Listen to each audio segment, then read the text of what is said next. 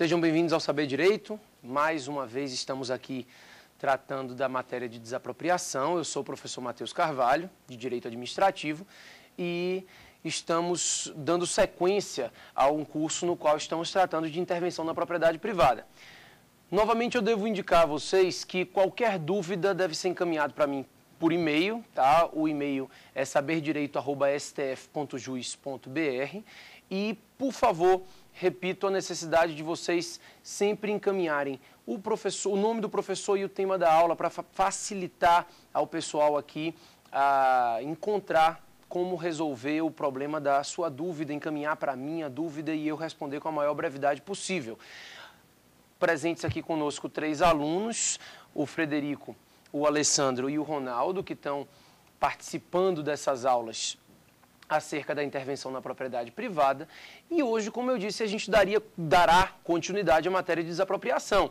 Na aula passada, a gente falando rapidamente, a gente tratou sobre o embasamento constitucional da desapropriação, falamos que a desapropriação é feita com pagamento de indenização prévia, justa e em dinheiro, e depois começamos a conversar sobre as espécies de desapropriações diferenciadas, né? A desapropriação rural e urbana, que ambas são especiais, porque o pagamento é em títulos, e falamos da desapropriação com fisco, que não é, na verdade, uma desapropriação para parte da doutrina, porque sequer há pagamento de indenização. E terminamos a aula quando o Alessandro me fez a seguinte pergunta: de quem é a competência para desapropriar? E eu disse a ele assim, a competência pode ser legislativa, e aí é da União, a competência pode ser declaratória, e aí é dos entes federativos, e nós temos a competência executória. É exatamente aqui que eu começo nossa aula.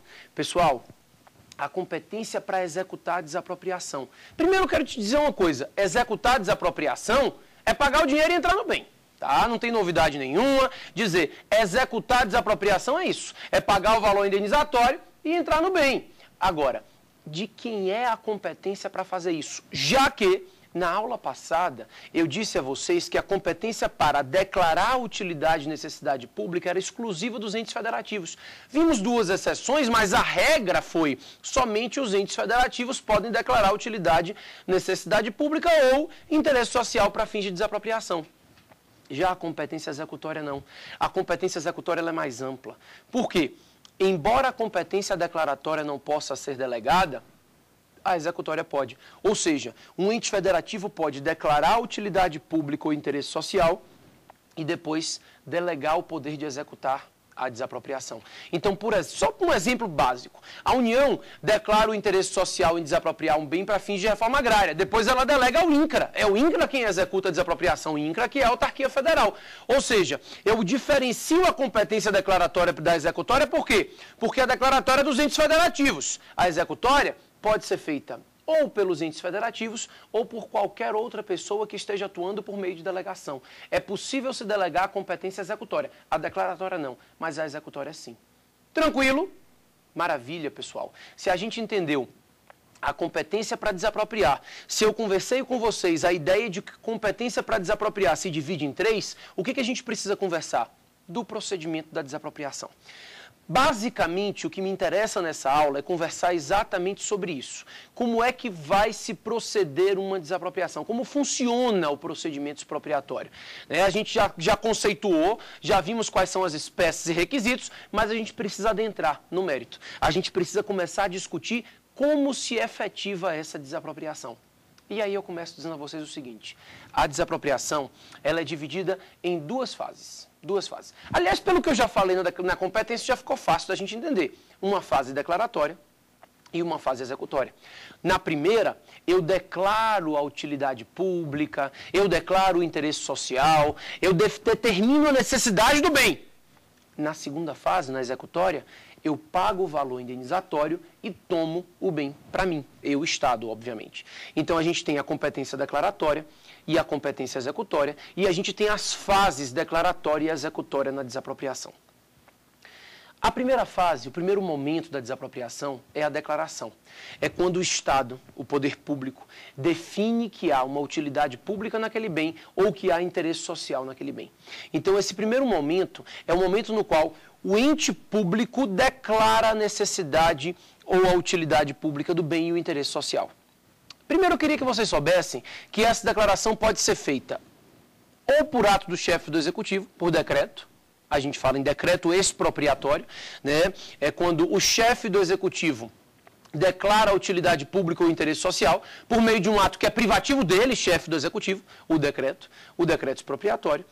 Mas se admite também que a declaração seja feita por lei. Lei de efeitos concretos. É possível que uma lei defina a necessidade de desapropriação de um terreno. Claro que lei de efeitos concretos, todo mundo sabe o que é, né? É aquela lei, aprendendo em constitucional, é aquela lei na qual nós temos uma lei em sentido formal, porque é feita pelo Congresso, com sanção do presidente e tudo mais, mas em sentido material ela não é lei, porque ela não é abstrata. Ela é, na verdade, um ato administrativo materialmente falando. Então, a lei de efeitos concretos é uma das formas de declarar utilidade e necessidade pública na desapropriação. Então, a fase declaratória pode ser feita pelo Executivo ou pelo Legislativo, ou por decreto, ou por lei de efeitos concretos. Simples e fácil.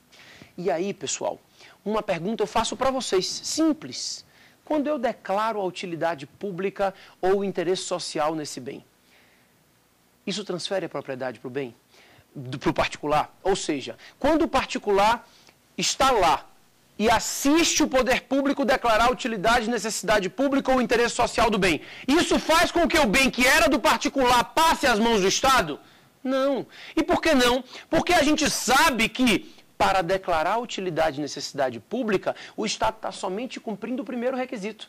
Para que ele tome o bem do particular, ele primeiro precisa pagar uma indenização em dinheiro. Ou seja, somente na execução o bem sai das mãos do particular para o Estado.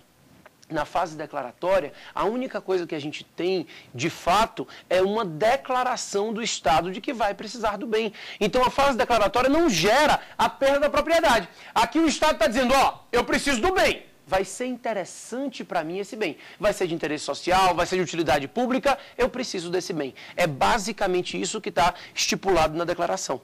Agora, a declaração gera alguns efeitos, tá? Embora a declaração ela não gere a transferência do bem por particular, ela gera alguns efeitos interessantes. Tá? Quando a declaração é feita, quando é efetivada a declaração de utilidade pública, de interesse social, alguns efeitos decorrem dessa declaração. Quais são? O primeiro efeito é simples. Quando você declara um bem de utilidade pública ou de interesse social, acontece que esse bem está sujeito ao que nós chamamos de força expropriatória do Estado. E aí o Estado vai poder entrar no bem, vai poder penetrar no bem, para fazer avaliações, medições. O Estado precisa saber como se encontra o bem, né? Então o poder público vai entrar no bem para fazer as avaliações, para fazer as medições, para definir exatamente como o bem se encontra, que bem que ele está desapropriando, né? Como é o bem que ele está querendo. E aí, pessoal, acontece o que eu considero talvez a parte mais importante dessa fase declaratória, que é o que a doutrina chama de fixação do estado do bem. O Estado declara a utilidade pública, o interesse social no bem, e aí ele fixa o estado do bem. O que significa fixar o estado do bem? É dizer assim, ó, o bem está assim, não está? Eu quero ele assim, meu querido. O que você fizer a partir de agora é por sua conta, eu não indenizo.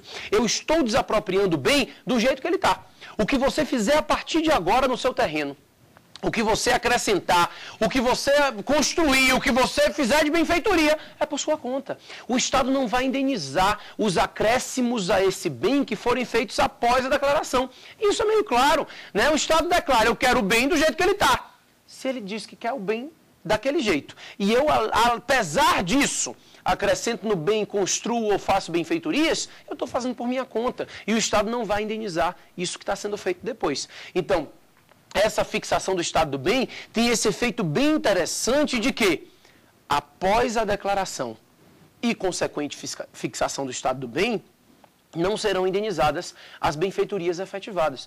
Ou seja, todas as benfeitorias que forem feitas após a fixação do estado do bem não serão indenizadas pelo poder público. O Estado não indenizará aquelas benfeitorias feitas após a declaração de utilidade pública ou de interesse social, salvo, e ó, exceção, põe aí no seu caderno, põe aí, pessoal. Existe uma exceção, na verdade duas.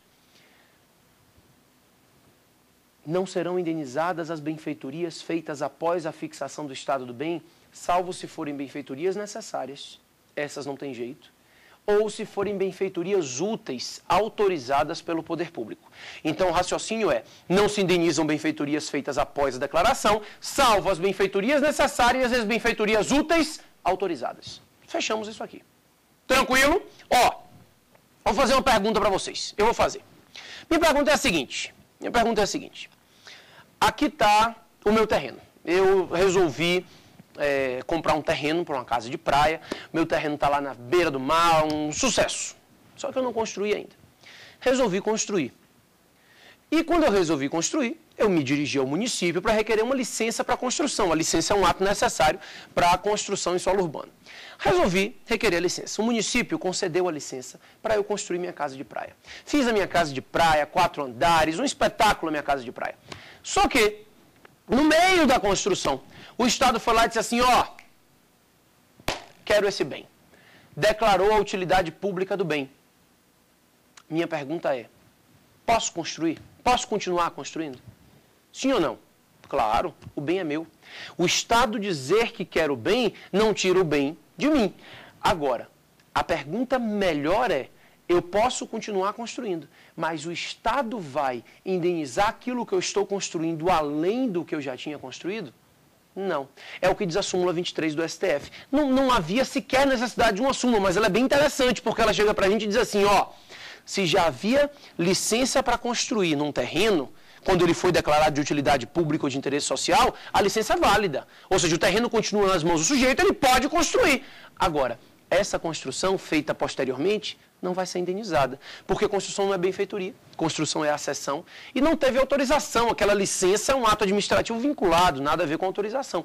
Ou seja, o sujeito pode construir, mas essa construção não vai ser indenizada. Súmula 23 do Supremo Tribunal Federal estabelece exatamente esse poder que eu tenho ainda sobre o bem, que é meu, mas a não exigência de indenização do Estado por parte dessas construções feitas posteriormente à declaração de interesse social, à declaração de utilidade pública. Moleza? Bacana. Pessoal, se a gente entendeu isso, o que eu preciso conversar com vocês? Preciso conversar com vocês que a gente já conseguiu captar o que é a força expropriatória do Estado. Ou seja, a gente já entendeu que o terreno não passa às mãos do particular, das mãos do Estado, desculpa, com a simples declaração, mas a gente também entendeu que, embora o terreno não passe às mãos do Estado, o particular já se sujeita a algumas restrições decorrentes dessa força expropriatória do Estado. Então, que ele fica sujeito à penetração do Estado no bem, que vai fazer medições, avaliações. Ele fica sabendo que o bem já está fixado no seu estado normal